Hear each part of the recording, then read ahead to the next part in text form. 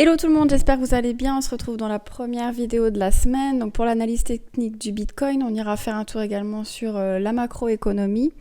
Et sur le Bitcoin, on ira voir également la clôture weekly, puisque on était dimanche soir hier et qu'on avait pas mal d'infos sur le weekly la semaine dernière. Donc on ira voir un petit peu ce qui s'est passé tout simplement. Alors du coup, côté Bitcoin, là pour l'instant, je me suis mis en daily. On n'est toujours pas sorti de notre range là qui s'est formé depuis le 17 juin.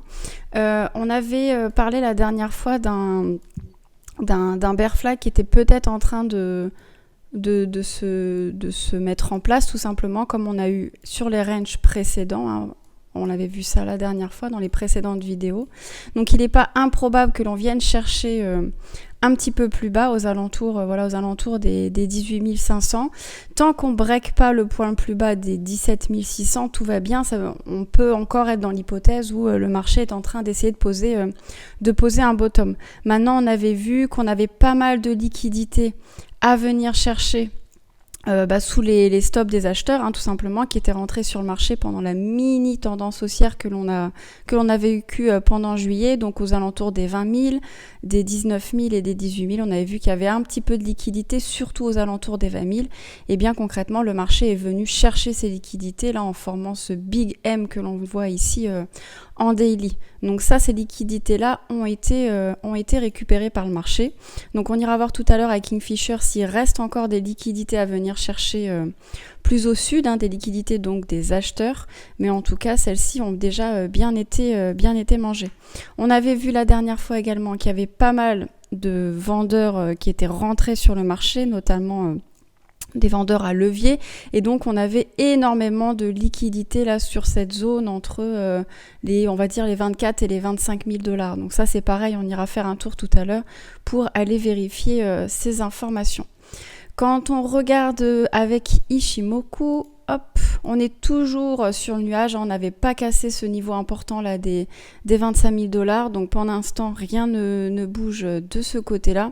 Et en daily, le MACD est toujours vendeur.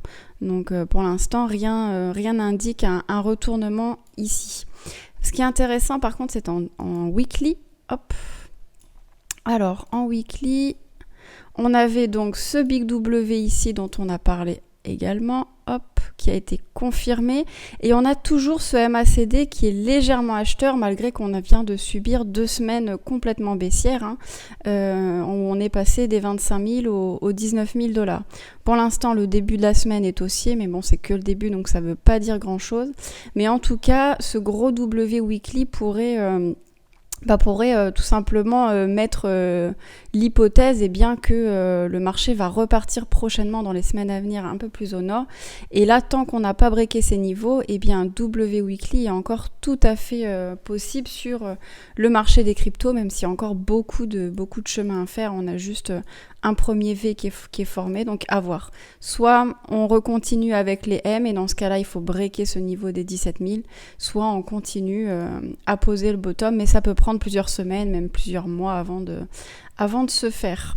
Donc voilà, ça c'est pour le Bitcoin, donc sur des unités de temps assez élevées. Quand on va voir l'order flow, alors je me mets en 1 heure, comme ça vous verrez ce qui se passe de manière assez précise.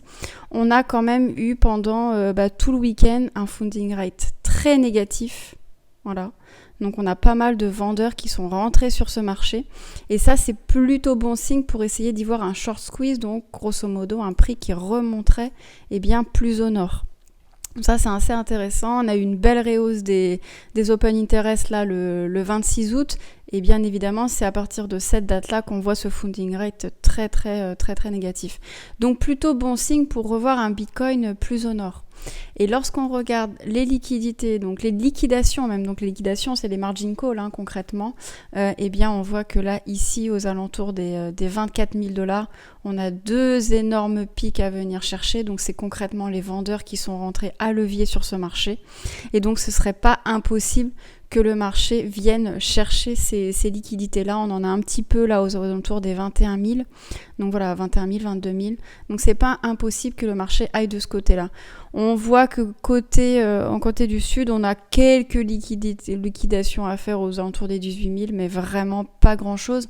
Donc ça veut dire que par rapport au graphique que l'on voyait tout à l'heure, eh bien les liquidités qui aurait pu y avoir ici, eh bien, elles sont pas si nombreuses et en fait le marché a complètement mangé les plus importantes ici là avec cette baisse qu'on a connue aux alentours du 20 août. Voilà. Donc ça c'était pour le Bitcoin. Maintenant on va essayer d'aller voir la macro parce qu'on sait que vendredi ça a clôturé plutôt au sud à cause de l'annonce de Powell. Donc on va aller voir ça avec Chinon. Alors le SPX a fait clairement une sale journée. Donc aujourd'hui, enfin non, la dernière fois, excusez-moi. Autant pour moi parce que les marchés sont pas encore ouverts. Je suis un peu fatigué. La dernière fois, il y a eu une sale journée au niveau du SPX. Ok, les vendeurs, ils ont complètement repris la main. On a confirmé un énorme M ici. Donc à voir lorsque les marchés vont rouvrir. Peut-être que c'était juste une chasse à la liquidité et que ça avait été pricé à l'avance. Et ça peut très bien faire le mouvement inverse, donc ce que le marché aime bien faire.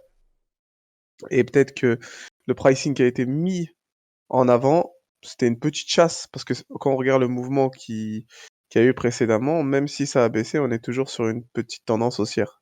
Ok, elle n'est pas énorme, mais une tendance haussière, je vous le rappelle, c'est une succession de mouvements de haut en haut, en bas, mais voilà, des hauts toujours plus longs et grands que les bas. Et là, c'est notre bas, on va dire ça comme ça. Maintenant, c'est pas la catastrophe. Quand on regarde en daily, on est toujours au-dessus du nuage Ishimoku. Peut-être qu'aujourd'hui, on va refaire une journée baissière et aller tester la SSB. Ou peut-être qu'on va revenir chasser au nord, ici, les vendeurs. Ok? Donc, deux options. Soit c'était juste le pricing qui avait été effectué et c'est rien de grave, on va repartir en haut. Soit c'est vraiment une journée emmerdante et on va tester la SSB aujourd'hui. Mais même si on teste la SSB, c'est toujours pas la catastrophe tant qu'on break pas la SSB à la baisse. C'est ça qu'il faut se dire. Donc au niveau du SPX, on va dire que c'est pas le meilleur, mais c'est pas non plus la catastrophe, ok? Le marché fait souvent des journées baissières comme ça. Mais en tout cas, il faut dire que ça a quand même poussé cette sale journée-là qui a eu lieu, a poussé le prix du Bitcoin à la baisse automatiquement. Mais qui a joué en la grosse défaveur du Bitcoin, je pense que là, c'était surtout le dollar. On peut voir que le dollar, il a commencé une journée haussière, qu'il est sur un point, il est sur une neckline d'un énorme W. Donc si jamais ce W est amené à break à la hausse, on va repartir atteindre de nouveaux sommets au niveau du dollar, ce qui pousserait malheureusement le Bitcoin à la baisse. Il faut faire attention. Donc le dollar, c'est vraiment pas le meilleur. Bon après, il y en a qui investissent sur le dollar, donc pour les investisseurs au niveau du dollar, c'est très bien, hein, parce que le dollar il monte, ils sont contents. Mais pour ceux qui investissent en crypto, n'oublions pas que le dollar qui monte, c'est une crypto qui baisse. Donc là, le dollar montre énormément de signes haussiers. Donc faire très très attention. Maintenant, ça pourrait pousser le Bitcoin aux alentours des 18, 17, 18 000, je pense. Pas plus bas. Moi, personnellement, je le verrais pas plus bas. Et comme vous l'a dit Xena, si on descend là, bah, au contraire, ça pousserait peut-être plus le prix à faire un énorme W et à reprendre une tendance haussière. Voilà pour la macroéconomie. Ça marche, merci Chinon. Bah écoutez, j'espère que la vidéo vous aura plu, que vous aurez eu les informations nécessaires. Et puis on vous dit à très bientôt dans une prochaine vidéo. Ciao ciao.